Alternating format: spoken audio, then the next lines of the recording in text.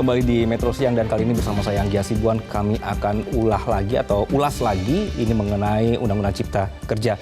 Pemirsa, DPR menolak untuk menanggapi lebih lanjut urgensi terbitnya peraturan pemerintah pengganti Undang-Undang Nomor 2 Tahun 2022 tentang Cipta Kerja. DPR baru akan membahas Perpu yang menuai sorotan masyarakat tersebut saat dibukanya masa sidang pekan depan.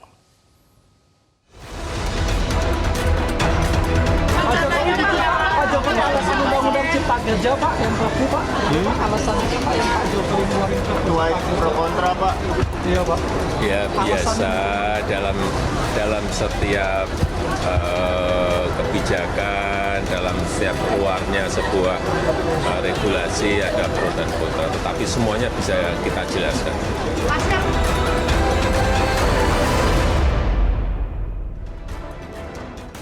Polemik terbitnya Perpu Nomor 2 Tahun 2022 tentang Cipta Kerja akhirnya ditanggapi oleh pimpinan DPR. Wakil Ketua DPR Sumi Dasko menegaskan, DPR akan mengkaji Perpu tersebut dan akan dibahas pada masa sidang pekan depan. Sementara itu, anggota Badan Legislasi DPR dari fraksi PAN yang juga mantan anggota Panja RUU Cipta Kerja, Gus Pardi Gaus menegaskan, hingga saat ini belum ada surat presiden yang memberitahukan secara resmi terkait Perpu Nomor 2 Tahun 2022 tentang Ciptaker.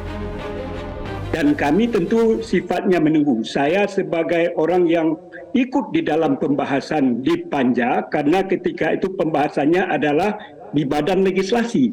Dan sekarang ini tentu ranahnya bukan di kami, sebagaimana dikatakan oleh Pak Dasko, bahwa belum ada supres yang dikirim oleh Presiden kepada DPR. Nanti mekanismenya tentu pimpinan DPR menyerahkan kepada Badan Musyawarah.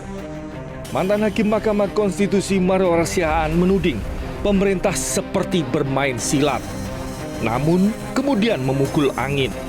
Dengan menerbitkan Perpu, maka Undang-Undang Cipta Kerja dianggap tidak ada atau bahkan menjadi tidak ada. Pemerintah harusnya melaksanakan dulu putusan MK itu. Hanya kemudian timbul Perpu, maka saya mengatakan ini seperti bermain silat itu, kita mengelakkan satu gerakan daripada misalnya lawan tanding kita, tetapi dia kemudian menjadi memukul angin. Karena dengan Perpu ini, Undang-Undang Ciptaker itu menjadi tidak ada lagi, sehingga objek putusan MK itu menjadi hilang, yaitu keputusan Presiden Joko Widodo mengeluarkan Perpu Nomor 2 Tahun 2022 tentang Cipta Kerja disoroti oleh mantan Ketua Mahkamah Konstitusi Hamdan Zulfa. Amanat Mahkamah Konstitusi ialah meminta pemerintah memperbaiki cacat formil pada Undang-Undang Cipta Kerja dan bukan mengeluarkan Perpu.